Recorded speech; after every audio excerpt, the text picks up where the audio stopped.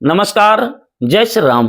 प्रिय भक्तों, आज हम आपको वास्तु और पितृ का संबंध क्या है इस बारे में बात करने चल रहे हैं, यानी आपको बताने चल रहे हैं, जिसमें वास्तु में भी पितृ को स्थान दिया गया है और वास्तु और पितृ का संबंध क्या होता है, और अगर वास्तु दोष है तो उसमें पितृ कितना, वो पितृ दोष कितना है, इस बारे में हम आपको बताने चल रहे हैं। तो आइए जानते हैं। संसार का शाश्वत नियम है कि जिसने जन्म लिया है वो मृत्यु को प्राप्त होगा, यानी जीवन मरण अकाट सत्य, जिसे नकारा नहीं जा सकता। और सामाजिक व्यवस्था के अनुसार मृत्यु को प्राप्त व्यक्ति का परिवार होता है और परिवार के सदस्य और मृत व्यक्ति का ही अंश यानी डीएनए होते हैं। व्यक्ति के मृत्यु के पश्चात उस व्यक्ति को पितरों के रूप में उनकी पूजा की जाती है। सभी प्रकार की पूजा के साथ साथ दिवंगत परिजनों के पितर रूप में ही हमेशा पूजन की जाती है, किंतु साल में हिंदी मास में अश्विन कृष्ण पक्ष यानी कुवार कृष्ण पक्ष की पूर्णिमा से लेकर के अमावस्या तक पितृ के लिए ही 15 दिन समर्पित है, यानी इसे पितृपक्ष कहते हैं।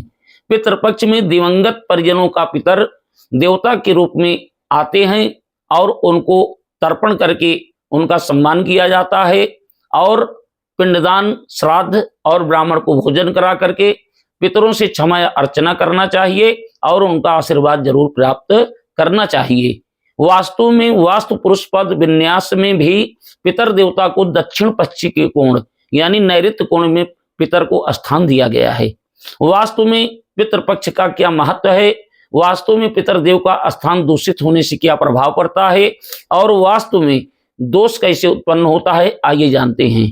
तो प्रिय भक्तों, ऐसा माना गया है कि पितृपक्ष में हमारे पूर्वज की आत्मा का पृथ्वी पर आगमन जरूर होता है, इसलिए 15 दिन तक हम लोग नियमित अपने किए गए कर्म यानी जाने अनजाने में पूर्वजों के प्रति की गई त्रुटियों का पश्चाताप एवं क्षमा याचना, पूजन, तर्पण, अर्पण और निर्धारित यानी पूर्वजों की निर्धारित तिथि पर श्राद्ध और तर्पण पिंडदान अवश्य कराना चाहिए, तभी उनका आशीर्वाद हमें प्राप्त होगा।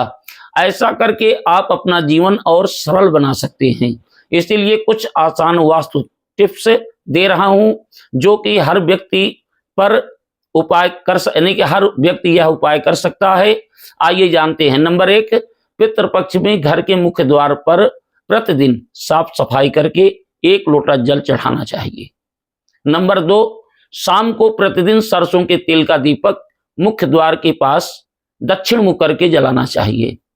नंबर 3, पितरों की फोटो घर के पूजा घर, बेडरूम, रसोई में और मृतक की जीवित फोटो नहीं लगाना चाहिए, यानी कि मृतक की अगर जैसे कोई मर गया है तो मरने के बाद की फोटो नहीं लगाना चाहिए, जब वो जीवित रहे तभी उसकी फोटो अगर घर में है तो वही फोटो घर में लगाना चाहिए, बल्कि दक्षिण दिशा में इस तरह लगाएं कि आने जाने वाले लोगों की सीधी नजर फोटो पर न पड़े। नंबर 4, पितृपक्ष में गाय, कौवा, कुत्ता, श्वान को भोजन जरूर कराना चाहिए। नंबर 5, पितृपक्ष में कोई भी मांगलिक कार्य न करें। नंबर 6, पितृपक्ष के दौरान बाल न कटवाएं। नंबर 7, घर में स्थापित पूर्वजों के फोटो के सामने सायंकाल दीपक अवश्य जलाएं। कितने लोग कहते हैं कि पितृपक्ष में नित्य जो पूजा आप लोग करते हैं, तो कितने लोग कहते हैं कि कई लोगों का प्रश्न हमारे पास आया कि पूजन नहीं करना चाहिए गुरुजी। ऐसा कुछ नहीं है। आप पहले स्नान करिए और उसके बाद पितरों को तर्पण करिए, तर्पण करने के बाद पुनः स्नान करिए और स्नान करने के बाद उसके बाद देवताओं का पूजन करिए। तो जितना नित्य पूजा करते हैं वह पूजा आप कर सकते हैं। इसके अलावा त्रिपिंडी श्राद्ध, नारायण बलि, श्राद्ध कर्म इत्यादि आप करवा सकते हैं।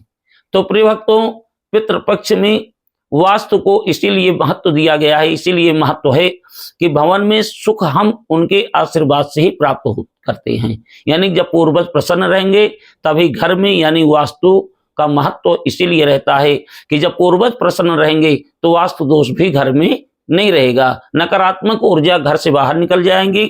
सकारात्मक ऊर्जा जब घर में प्रवेश करेगी तो वास्तु दोष अपने आप समाप्त हो जाएगा।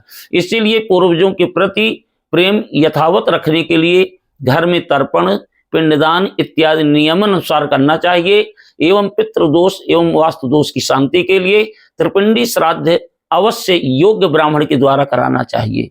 तो प्रिय भक्तों, यह वीडियो आप लोग अपने अपने ग्रुप में अवश्य शेयर करें। अपने मित्र, नात, रिश्तेदार सबको यह वीडियो भेजिए, जिससे सबको ये पता लगे कि पितृपक्ष में पितृ और वास्तु का क्या महत्व है और दोनों का संबंध क्या है। तो इस बारे में सभी को जानकारी मिल सके। नमस्कार, जय श्री राम।